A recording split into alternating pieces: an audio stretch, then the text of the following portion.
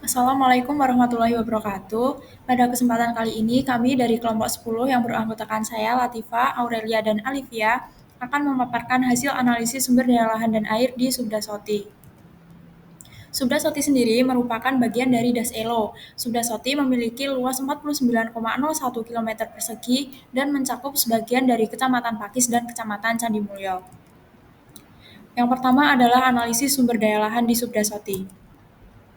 Subda Soti sendiri terkait dengan karakteristik satuan lahan dapat dibedakan menjadi 6, yaitu puncak gunung api Merbabu, lereng atas gunung api, lereng tengah gunung api, lereng bawah gunung api, dataran, dan lembah sungai. Identifikasi karakteristik satuan lahan tersebut didasarkan pada morfologi material dan prosesnya.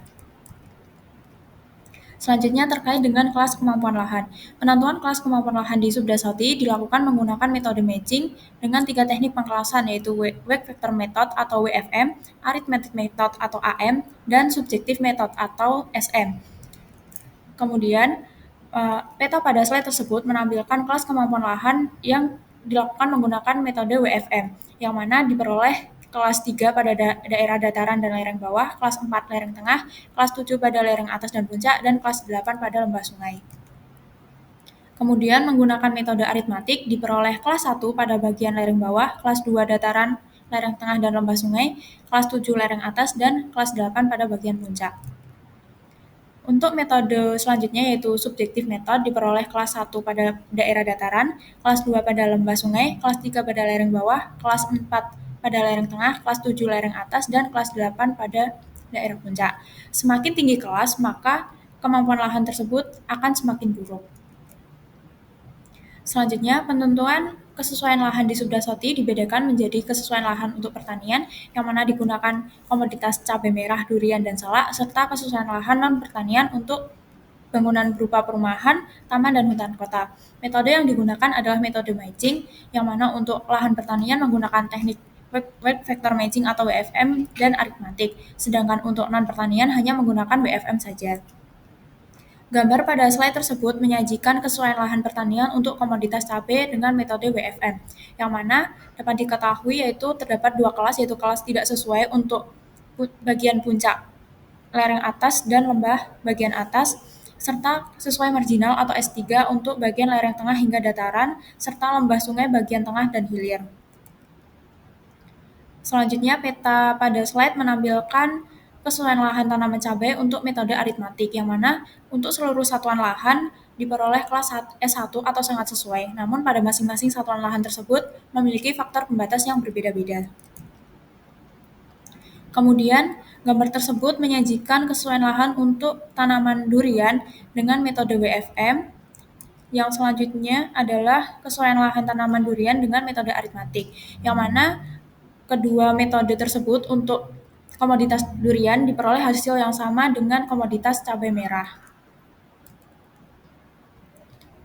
Yang selanjutnya yaitu untuk komoditas salak dengan metode weight factor method. Berdasarkan peta tersebut dapat kita ketahui bahwa terdapat 2 kelas, yaitu tidak sesuai atau N untuk bagian lereng atas dan lembah bagian hulu, serta S3 atau sesuai marginal untuk satuan lahan yang lainnya. Dan pada masing-masing satuan lahan tersebut memiliki faktor pembatas yang berbeda-beda.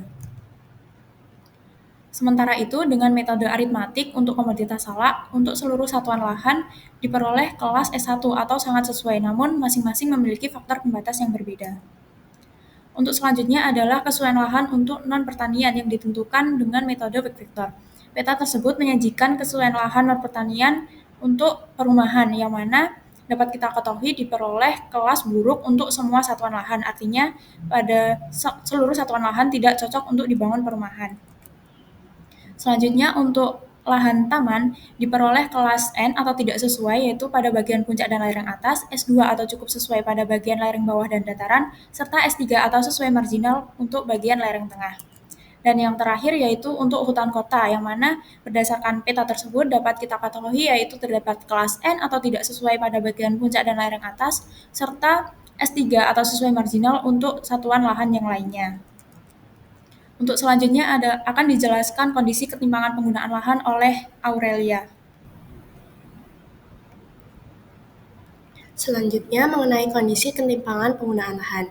Berdasarkan tabel 2, dapat diketahui bahwa ketimpangan penggunaan lahan tidak terjadi di Subdasoti. Hal tersebut dikarenakan seluruh kelas satuan lahannya sesuai dengan penggunaan lahan terkini. Penentuan kondisi ini ditentukan oleh penggunaan Weight Factor Method atau WFM dan Arithmetic Method atau AM. Untuk WFM, satuan lahan puncak gunung api termasuk kelas 8E, lereng atas termasuk kelas 7E, lereng tengah termasuk 4E, lereng bawah 3E, dan dataran termasuk kelas 3C. Untuk AM, satuan lahan puncak gunung api termasuk kelas 8E, lereng atas 7E, lereng tengah 2E, lereng bawah termasuk kelas 1E, dan dataran termasuk kelas 2C. Kemudian membahas mengenai rekomendasi penggunaan lahan yang mana baik pertanian maupun non-pertanian ditentukan berdasarkan serangkaian proses evaluasi sumber daya lahan yang secara ringkas dapat dicermati pada tabel 3. Kemudian pada gambar 15 berikut ini atau peta arahan penggunaan lahan tersebut dapat dilihat bahwa rekomendasi penggunaan lahan untuk lereng tengah adalah cabai, lereng tengah adalah pisang, dan dataran adalah durian. Sementara itu, puncak gunung api tidak direkomendasikan untuk lahan pertanian dan lereng atas kurang direkomendasikan atau kurang sesuai untuk lahan pertanian. Kemudian pada tabel 4 ini menjelaskan mengenai rekomendasi penggunaan lahan non-pertanian. Tabel ini memuat informasi mengenai hambatan, potensi, permasalahan, solusi, dan sebagainya. Kemudian pada gambar 16 ini atau peta arahan penggunaan lahan dapat diketahui rekomendasi penggunaan lahan non-pertanian untuk puncak adalah cagar alam atau taman nasional, lereng atas adalah hutan lindung, lereng tengah dan lereng bawah adalah ekowisata, serta dataran adalah permukiman. Selanjutnya akan membahas mengenai analisis sumber daya air. Yang pertama, membahas mengenai ketersediaan air meteorologis. Ketersediaan air meteorologis ini dihitung dalam rentang 10 tahunan untuk 4 periode, yaitu tahun 1982 hingga 1991, 1992 hingga 2001, 2002 hingga 2011, dan 2012 hingga 2021. Ketersediaan air tersebut dihitung menggunakan raca air meteorologi.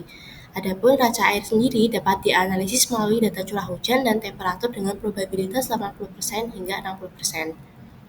Kemudian berdasarkan olah data, dapat diketahui bahwa kondisi surplus pada probabilitas 60% lebih lama dibandingkan dengan surplus pada probabilitas 80%. Hal ini juga didukung oleh masukan curah hujan pada probabilitas 60% yang lebih besar dibandingkan dengan curah hujan probabilitas 80% pada seluruh periode analisis. Dampaknya, defisit akan terjadi lebih lama pada probabilitas 80%. Oleh karena itu, penggunaan probabilitas 60% lebih direkomendasikan atau lebih sesuai dibandingkan dengan probabilitas 80%. Selanjutnya, pembahasan mengenai ketersediaan air permukaan atau debit andalan yang akan dilanjutkan oleh Alivia. Selanjutnya mengenai ketersediaan air permukaan atau debit andalan. Berdasarkan grafik tersebut, ketersediaan air permukaan di Subdesoti selama 4 periode mengalami tren meningkat, kecuali dari periode pertama, yaitu dari tahun 1982 hingga 1991, ke periode kedua dari tahun 1992 hingga 2001 yang mengalami tren menurun. Hal ini berlaku untuk probabilitas 80% maupun 60%. Berdasarkan hasil tersebut, maka perlu pemanfaatan dan pengelolaan sesuai dengan potensi air yang tersedia, agar dapat digunakan secara berkelanjutan. Berikutnya mengenai potensi air tanah dengan metode kualitatif. Berdasarkan peta tersebut, sebagian besar wilayah di Subdesoti memiliki potensi air tanah sedang. Potensi air tanah rendah terdapat di bagian lereng, sedangkan potensi air tanah tinggi terdapat pada sebagian kecil yang tersebar di berbagai satuan lahan. Sementara itu, metode kuantitatif menghasilkan perhitungan debit air tanah terendah sebesar 2.951 meter kubik per decade berada di puncak. Debit air tanah sedang pada rentang 36.718 sampai 101.410 meter kubik per decade berada di lereng. Dan debit air tanah tertinggi sebesar 137.310 meter kubik per decade berada di dataran. Perbedaan ini disebabkan karena luasan area dan curah hujan yang bervariasi di masing-masing satuan lahan. Pembahasan berikutnya mengenai kebutuhan air. Terdapat 4 jenis kebutuhan air yang dihitung. Yang pertama adalah kebutuhan air domestik. Berdasarkan gambar 20, Kecamatan Pakis memiliki kebutuhan air domestik yang lebih banyak dibandingkan Kecamatan Candimulyo. Perbedaan ini terjadi karena cakupan luas wilayah Kecamatan Pakis dalam Subda Soti lebih besar dibandingkan cakupan luas wilayah Kecamatan Candimulyo. Kedua adalah kebutuhan air peternakan. Berdasarkan gambar 21, dapat diketahui kebutuhan air peternakan di Kecamatan Pakis lebih tinggi dibandingkan Kecamatan Candimulyo. Adapun kebutuhan air paling tinggi dimiliki oleh ternak sapi, karena jumlahnya paling banyak, baik di Kecamatan Pakis maupun di Kecamatan Candimulyo. Berikutnya adalah kebutuhan air pertanian. Berdasarkan gambar 22, kebutuhan air pertanian di Kecamatan Candimulyo lebih besar dibandingkan di Kecamatan Pakis. Hal ini disebabkan karena lahan pertanian di Kecamatan Candimulyo lebih luas dibandingkan di Kecamatan Pakis. Yang terakhir adalah kebutuhan air perikanan. Berdasarkan gambar 23, kebutuhan air perikanan di Kecamatan Candimulyo lebih tinggi dibandingkan Kecamatan Pakis. Kebutuhan air untuk perikanan di Kecamatan Candimulyo lebih besar karena luas kolam di Kecamatan Candimulyo lebih luas dibandingkan luas kolam di Kecamatan Pakis. Pembahasan berikutnya mengenai neraca air existing. Analisis neraca air existing dilakukan dengan membandingkan antara kebutuhan air dengan ketersediaan air pada tahun 2021. Berdasarkan hasil perhitungan, diperoleh bahwa total kebutuhan air sebesar 2.848.186 meter kubik per tahun. Sedangkan ketersediaan air untuk probabilitas 80% adalah 2.062.605 meter kubik per tahun dan probabilitas 60% adalah 22.032.558 meter kubik per tahun. Setelah mengetahui kondisi sumber daya air di Subda Soti, kami merekomendasikan pembuatan sistem panen air hujan atau rainwater harvesting untuk menjadi salah satu alternatif meningkatkan ketersediaan air. Hal ini disebabkan karena jumlah penduduk yang diprediksikan akan terus meningkat, sehingga kebutuhan air juga akan meningkat. Oleh karena itu, diperlukan manajemen sumber daya air yang berkelanjutan. Sekian presentasi dari kelompok kami. Atas segala kekurangan dan kesalahan, kami mohon maaf. Terima kasih. Wassalamualaikum warahmatullahi wabarakatuh.